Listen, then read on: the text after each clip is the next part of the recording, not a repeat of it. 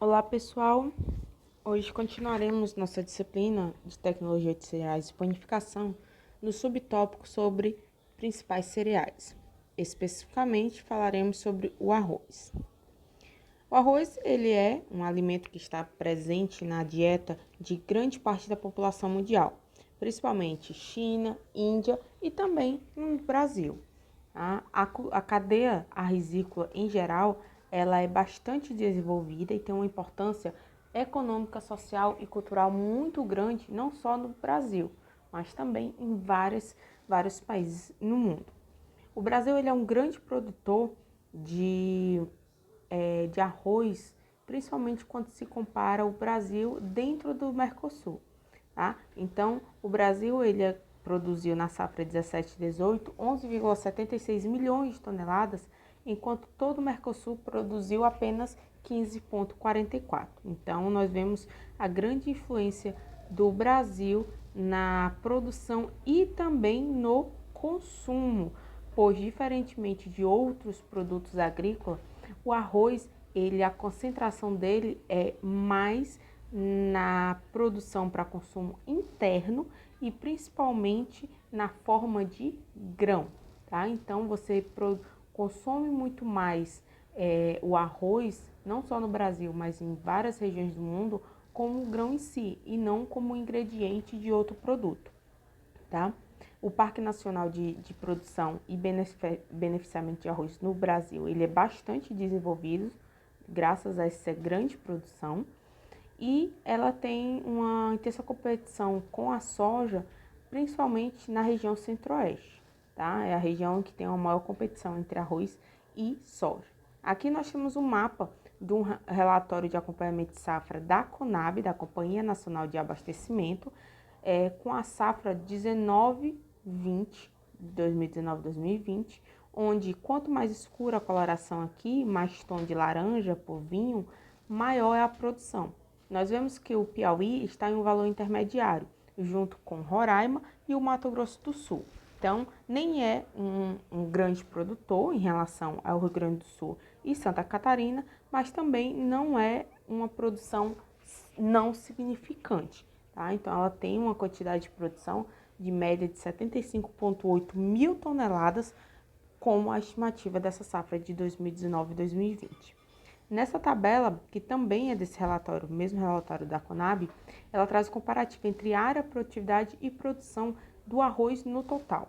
Tá? Então, observa-se aqui que nós temos um comparativo entre safra 18 e 19 e 19 e 20, tá? E a variação que teve entre essas duas safras. Pegando especificamente o Piauí, aqui nas três últimas colunas de produção, nós temos a safra 18/19 com a produção de 79,6 mil toneladas, enquanto a safra de 19/20 de 75,8, com a variação de diferença de quase 5% entre um ano de produção e outro. E aqui a gente também pode constar que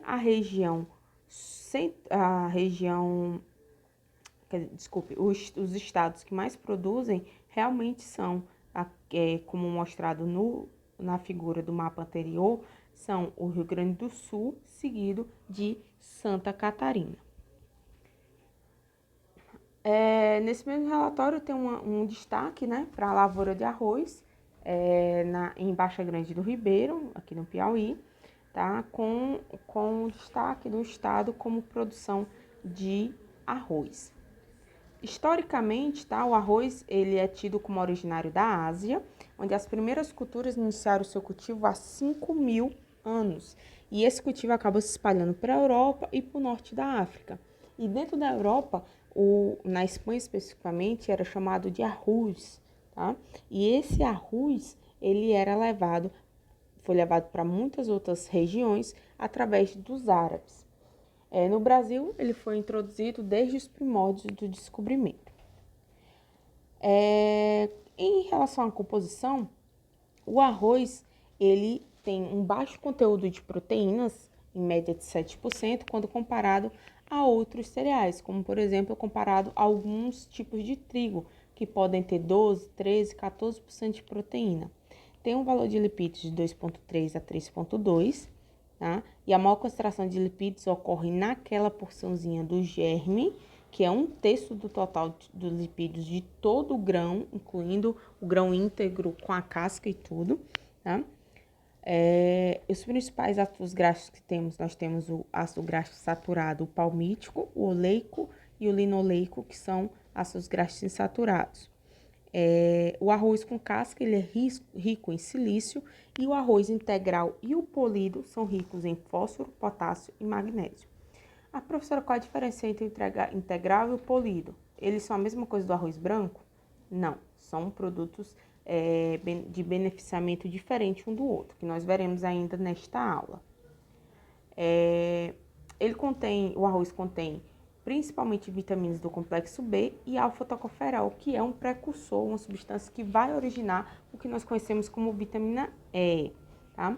Ele também é composto por compostos fenólicos, que são um grupo de substâncias que tem, entre outras funções, ter uma ação antioxidante, tá?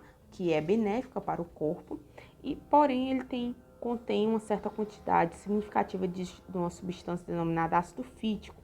E o ácido fítico ele vai contribuir para a menor absorção de algumas substâncias, como por exemplo o cálcio, o zinco e o ferro. Por isso a importância, entre outros aspectos, da combinação do arroz com outro tipo de vegetal, tá? Porque o que não tiver sendo absorvido pelo consumo apenas do arroz pode ser suprido pelo consumo de outro vegetal em conjunto. Uma pequena, como eu já tinha dito, a pequena parte do arroz ele é utilizado como ingrediente, mas a grande maioria é pelo consumo direto do grão. Ingrediente como, professora? Como uma farinha, foi feita a farinha de arroz, aí você compra a farinha de arroz. Foi feito um biscoito à base de farinha de arroz. Foi feito macarrão a partir de arroz. Existe macarrão no mercado de uma empresa específica que todos os produtos dele são à base de farinha de arroz. Principalmente, o que torna muito importante para as pessoas que têm problema com glúten, que está presente, por exemplo, na farinha de trigo. Então, as pessoas que têm problema com o consumo de glúten, elas optam, uma das opções é utilizar produtos à base de farinha de arroz. Porém, o consumo e a utilização do arroz como ingrediente para outros produtos é bem menor, substancialmente menor do que a quantidade que é consumida como grão mesmo, como nós consumimos junto com o feijão. O arroz, por ser um cereal, ele é uma gramínea, só que ele é semi-aquática e de clima tropical e tem um cultivo com melhor entre 24 e 30 graus. Aqui vocês visualizam uma estrutura de um arroz, onde tem a casca, que ela produz um volume muito grande de subproduto na indústria arrozícola de beneficiamento, e ela compõe em peso 22% do grão e ela é utilizada bastante para produzir energia. Ela é queimada e é para produzir energia, por exemplo, em caldeiras. Nós temos o grão propriamente dito, aquela parte interna, que é o que a gente consome mais. Ele é cerca de 70%, pode ser chamado também de miolo, de grão, de endosperma, tá? Mas no estudo do arroz é mais comum utilizar o termo grão do que endosperma, tá? E entre a casca e o grão, nós temos o denominado farelo, que é a parte mais nutritiva que você tem de todas essas partes da estrutura do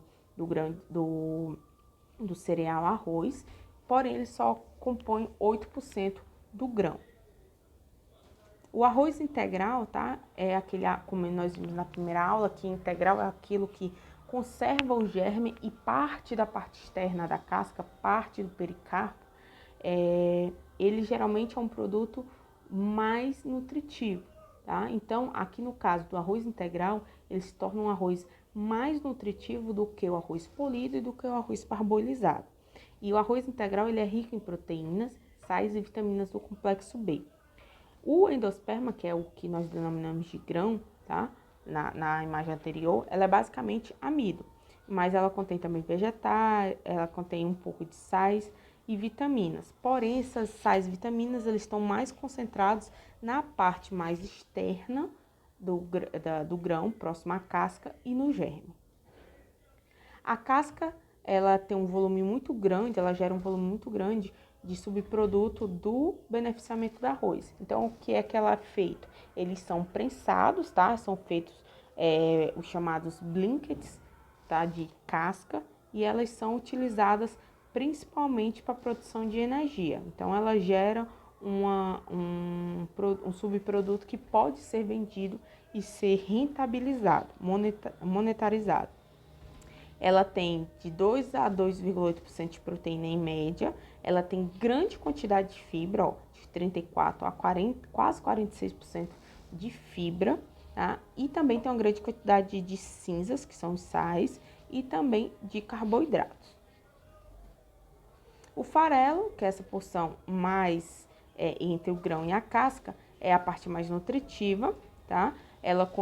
Porém, ela contém um valor calórico relativamente alto. Ela contém entre 15 e 20% de lipídios, de gorduras em si. E tem de 7 a 11% de fibras. O grão propriamente dito, que é a maior porção em peso da toda a estrutura, ela também pode ser denominada de miolo, como nós tínhamos falado, e ela tem em sua principal composição carboidrato, e entre os carboidratos, o amido é o principal componente do grão. Para destacar a importância, já que é uma substância que está em maior quantidade, o arroz tem que ser estudado o tipo de amido que está presente nesse arroz. Relembrando de química de alimentos, o amido ele é formado por duas cadeias diferentes que vão se entrelaçar em proporções diferentes, produzindo o chamado grânulo de amido.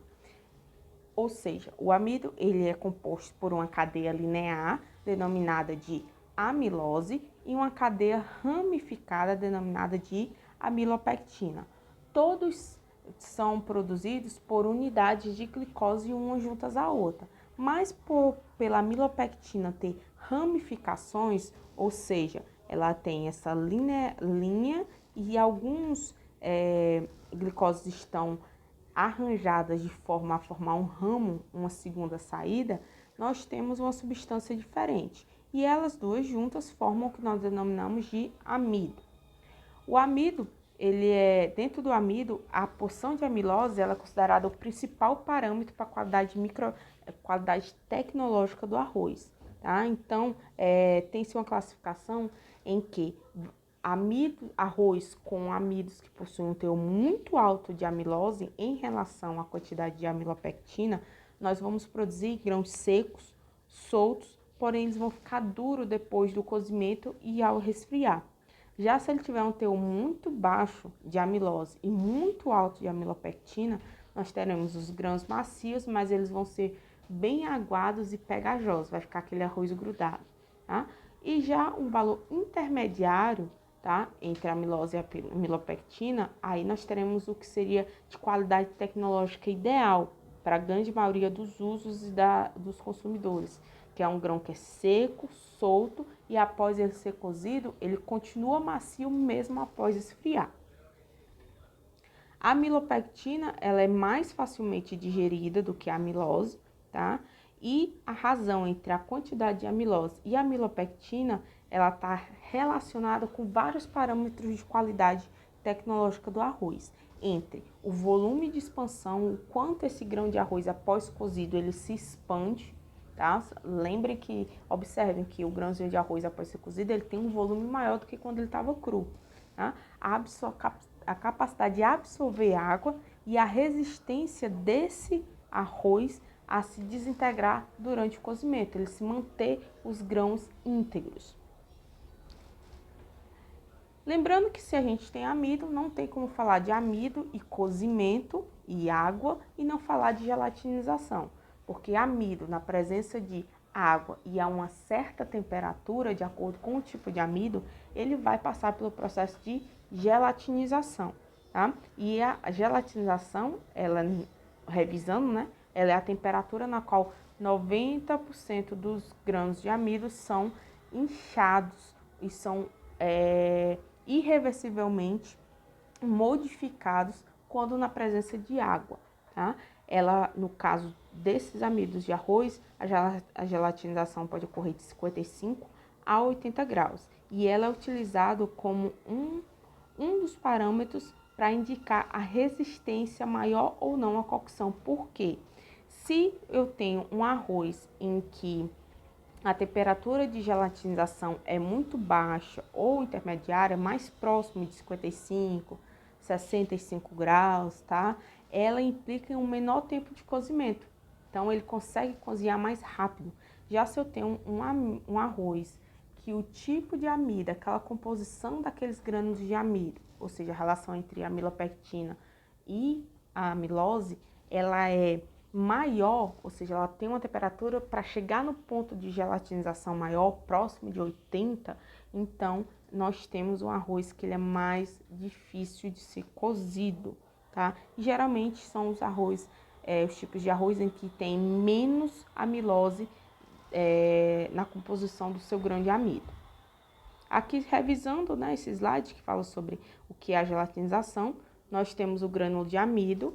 Ele, ao ser colocado em água para cozimento, o grânulo absorve água até que chega a um ponto, uma quantidade, em que o grânulo ele sofre um rompimento. Parte dessa água sai de dentro do grânulo e fica no meio externo, fica na panela, né, digamos assim, e parte dessas moléculas ficam entre as camadas, as cadeias de amilose e amilopectina, dando aquele aspecto brilhoso e vítreo que nós temos nos produtos à base de amido. Bom, vamos ficar aqui por aqui nesse primeiro vídeo e assistam o segundo vídeo.